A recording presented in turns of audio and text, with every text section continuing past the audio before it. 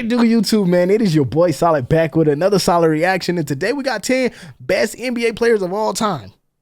Now, who is y'all's 10? Like my 10, I think my 10 is tough. But then I don't think they are sometimes. Like, if I got coming off the bench, I'm going to go Steph, LeBron. I'm going to put Magic with him. I'm going to put Hakeem.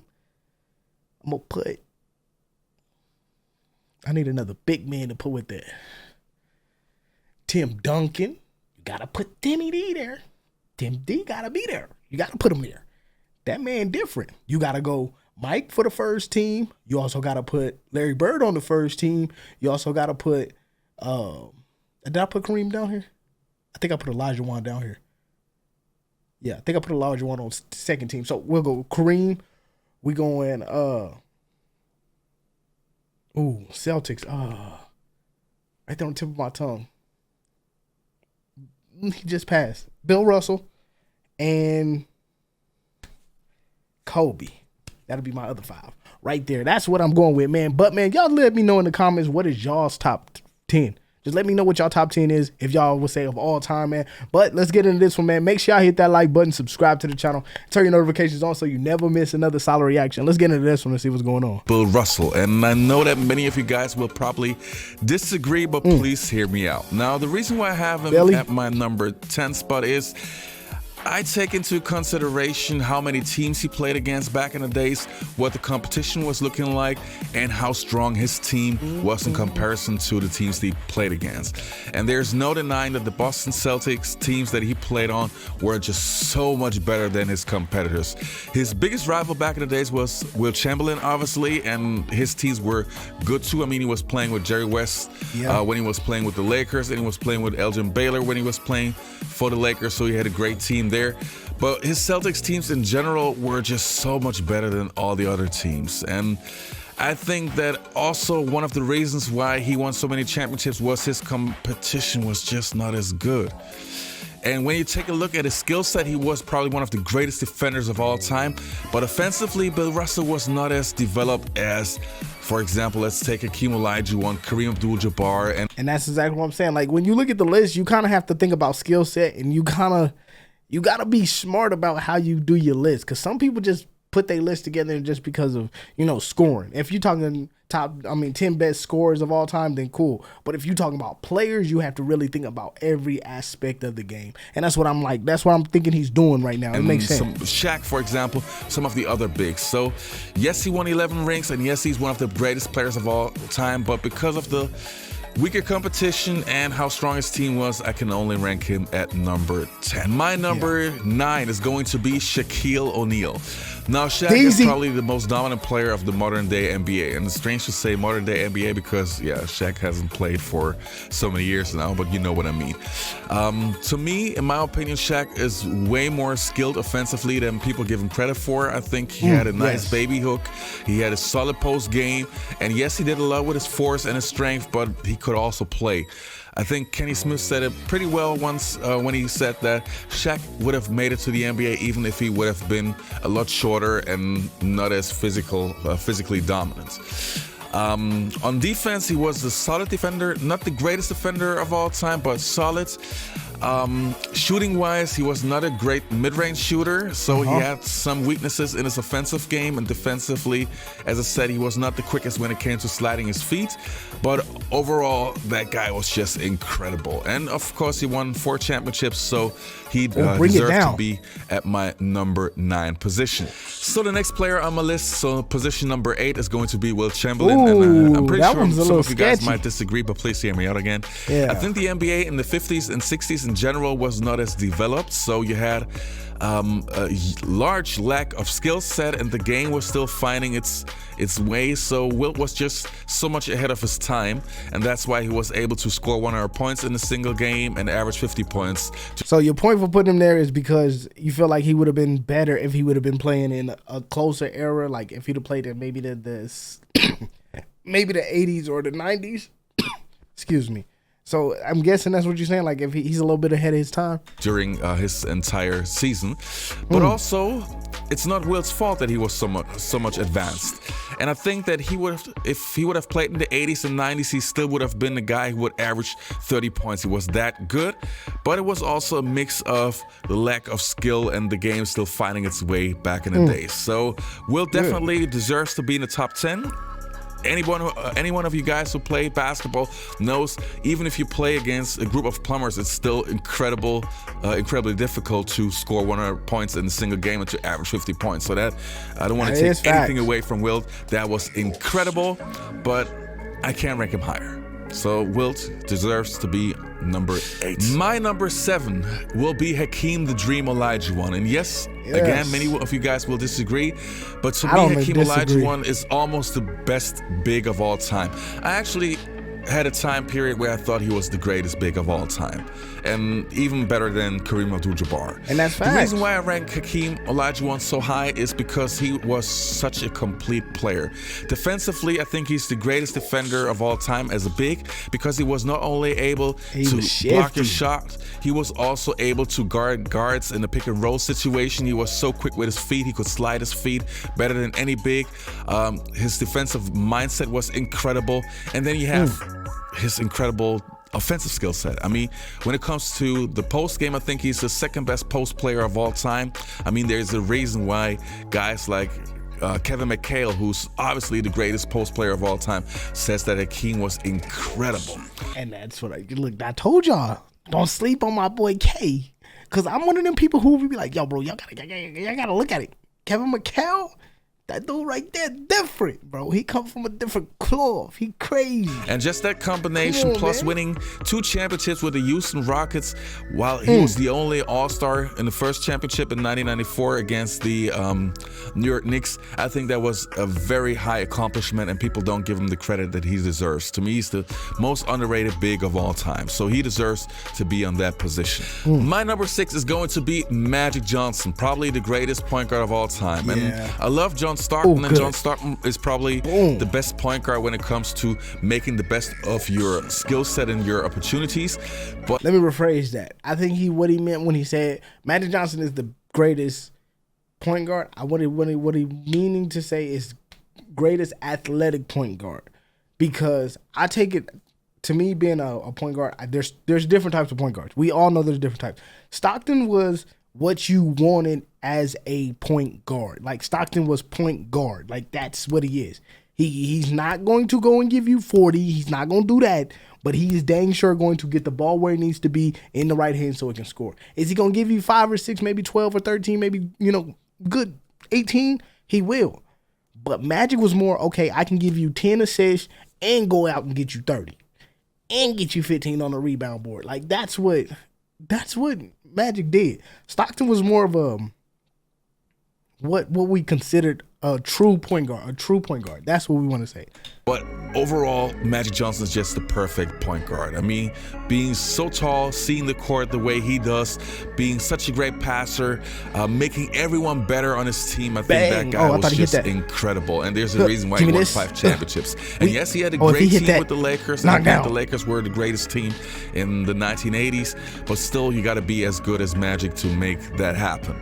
Also, I think there's one thing that people don't give him the credit for that he deserves. He really wanted to win. That guy is the definition of a winner. So Magic, you deserve to be on that position. And my number 5 is going to be Kobe Bryant. And it's crazy, but even Magic Johnson said that Kobe Bryant might be the best Laker of all time. So even better as Kareem. Magic has his points.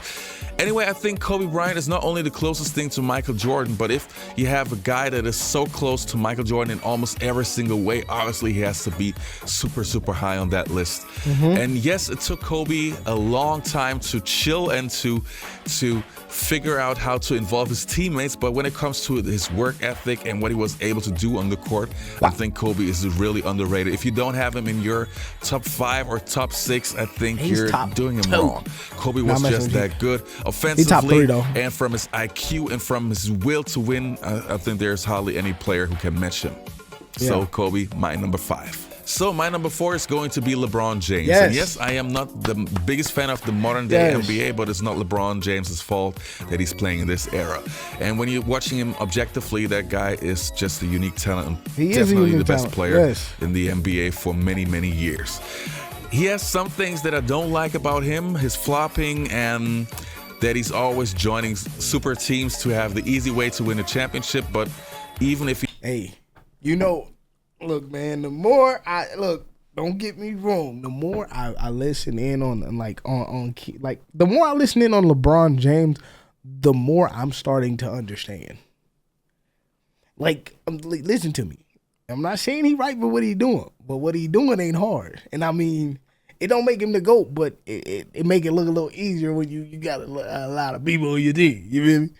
When you got 14 people on your team that really can hoop, it make it a whole lot easier to win a championship, I tell you that. If he never would have done that, if he would have played on a decent team with the Cleveland Cavaliers, he would have won some championships too. So LeBron deserves to be at the number 4. I will never have him in the GOAT conversation. I think he gonna go. Okay, we know Mike 1. I'm gonna go Larry 2. 3 is I'm praying he put Tim Duncan on there because I really think Tim Duncan is really good, and that's just me. But I don't know because that position is covered. There will never be anyone else, in my opinion. But LeBron definitely deserves the number 4 spot. And my number 3 is going to be Larry Bird. And again, I'm 100% sure that everybody will agree. But Larry Bird, to me, is simply the greatest player when it comes to making the maximum out of what you have. 2 then? The guy was not fast. He could not jump.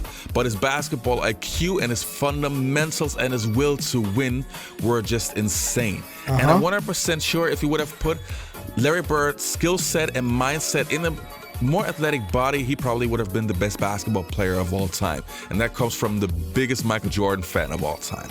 I think Larry Bird would have won more championships if he would have played on the Los Angeles Lakers. And here comes the Larry Bird Magic Johnson comparison. This is also the reason why I have Larry higher than Magic.